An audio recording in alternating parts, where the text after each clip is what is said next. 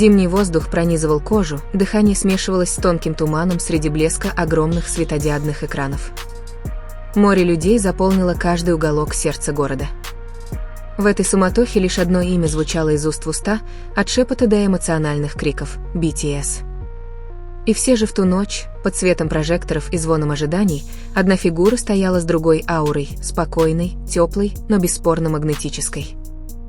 Это был Ким Тэ-хён. Февраль 2026 года в Нью-Йорке вполне может войти в историю как одна из самых необычных ночей Дня Святого Валентина в современной поп-культуре. Не из-за роскошных вечеринок или эксклюзивных встреч знаменитостей, а из-за момента, который казался простым, но глубоко значимым. Среди неонового сияния и цифровых рекламных щитов Таймс-сквер Тэ-хён вышел вперед, посмотрел на тысячи затаивших дыхание фанатов и тихо сказал «С Днем Святого Валентина». И все. Никаких фейерверков не взрывалось. Никакого конфетти не сыпалось с неба. И все же тысячи людей в одно мгновение замолчали, словно мир на мгновение остановился. Корейские развлекательные порталы назвали это «Валентином», изменившим ход событий. И действительно, в тот вечер было что-то особенное. Это было не просто неожиданное появление, а культурное заявление, которое, казалось, вышло за рамки сцены. Наблюдатели за искусством и культурой со всего мира, от Парижа до Токио, от Лос-Анджелеса до Сеула, внезапно оказались вовлечены в обсуждение одного и того же вопроса: как такой простой жест может иметь такой огромный глобальный резонанс?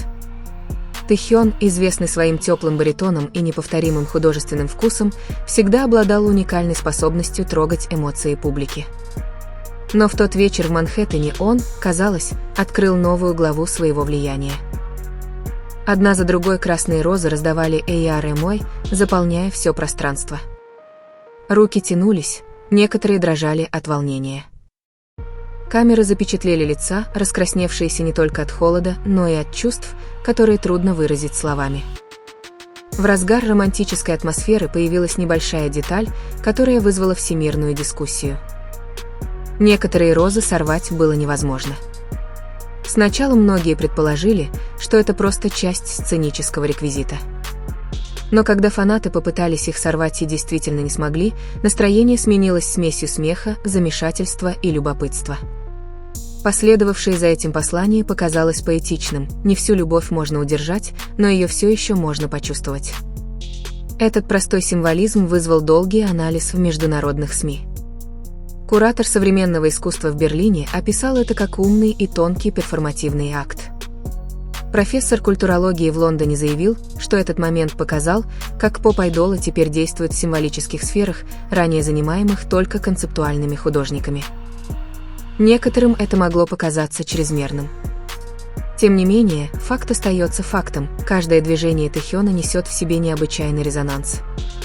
В эпоху алгоритмов и стриминговых хитов, когда многие артисты соревнуются в создании мгновенной сенсации, он выбрал почти тихий подход. Ему не нужно кричать, чтобы его услышали. Одного его присутствия достаточно, чтобы создать волну. Поэтому неудивительно, что американские деятели музыкальной индустрии восприняли тот вечер как подтверждение позиции BTS, особенно Тэ-хёна, в центре глобального культурного диалога. Азиатская волна больше не находится на периферии. Она стоит наравне с остальными, даже возглавляя течение. В городе, который часто называют столицей глобального культурного капитализма, южнокорейский артист оказался в центре внимания и заставил замолчать тысячи людей одной мягкой фразой. Это не было случайностью. Это был символ перемен. Однако история февраля 2026 года не закончилась розами и пожеланиями ко Дню Святого Валентина. На фоне эйфории внимание привлекло еще одно замечание Тэ-хёна. В непринужденной беседе он упомянул о своем восхищении Чингисом Доусоном. Для поклонников альтернативной музыки это имя долгое время было синонимом смелых экспериментов между искаженным роком, жестким рэпом и мрачным эмоциональным попом. Но когда это имя слетело с губ участника BTS, эффект был иным. Рынок отреагировал незамедлительно. Количество онлайн-запросов резко возросло. На международных музыкальных форумах активно обсуждалось возможное новое направление, которое мог бы выбрать Тэ-хён. Был ли это признак более экспериментального музыкального этапа? Слится ли его мягкий баритон с более смелым и непредсказуемым звуковым ландшафтом? Аналитики индустрии назвали это кураторским моментом, когда мировой артист становится не просто исполнителем, а законодателем вкуса.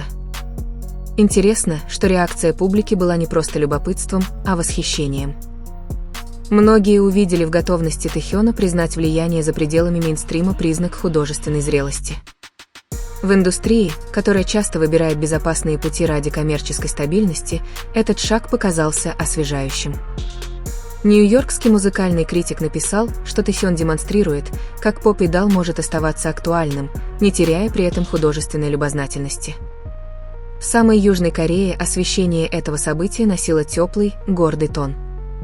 Развлекательные порталы хвалили Тэхёна как представителя нового поколения корейских артистов, которые не только покоряют мировой рынок, но и формируют его.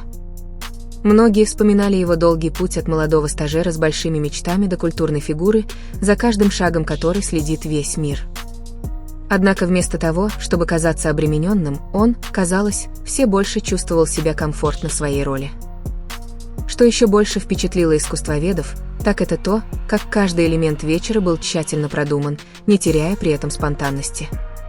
Красные костюмы участников BTS были не просто эстетическим выбором, а визуальным выражением смелости и страсти.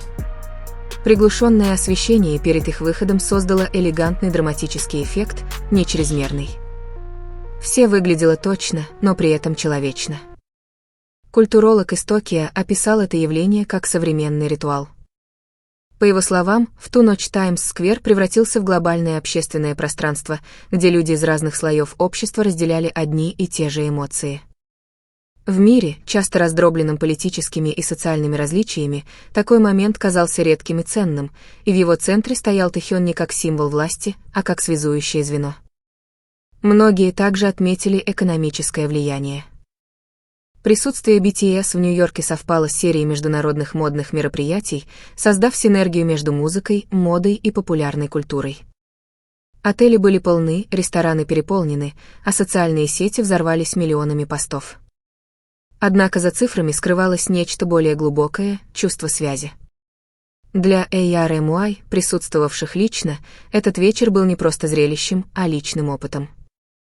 Многие признались, что чувствовали себя замеченными и ценными. Простое приветствие стало напоминанием о том, что за глобальным масштабом отношения между артистом и фанатом остаются интимными. Тэхён, казалось, понимал, что его истинная сила заключается не только в голосе или внешности, но и в его способности заставить каждого человека почувствовать себя особенным. Культурные обозреватели в Париже даже сравнили его влияние с влиянием поп-икон разных поколений, которые изменили социальные дискуссии. Но есть одно поразительное различие. Тэхён вырос в цифровую эпоху, которая намного быстрее и критичнее. То, что он сохраняет теплый и искренний образ под давлением мирового сообщества, еще одна причина для восхищения.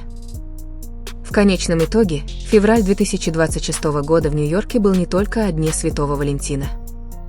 Он стал пересечением любви, символизма и художественной эволюции. Несорванные розы теперь кажутся метафорой собственного пути Тэхёна. Не каждый шаг будет понят сразу. Не каждое изменение будет комфортным. И все же в этом заключается рост. Мир может продолжать гадать о его следующем направлении. Действительно ли это экспериментальное влияние проникнет в его будущие работы? Привнесет ли он в свою музыку более темные или смелые краски? Эти вопросы теперь являются частью живого глобального диалога. И, возможно, в этом и заключается суть его истинного влияния, способности заставлять мир обсуждать, спорить и мечтать вместе. Когда ночь закончилась и огни Таймс-сквер вернулись к своему обычному ритму, одно стало очевидным. Был создан небольшой кусочек истории.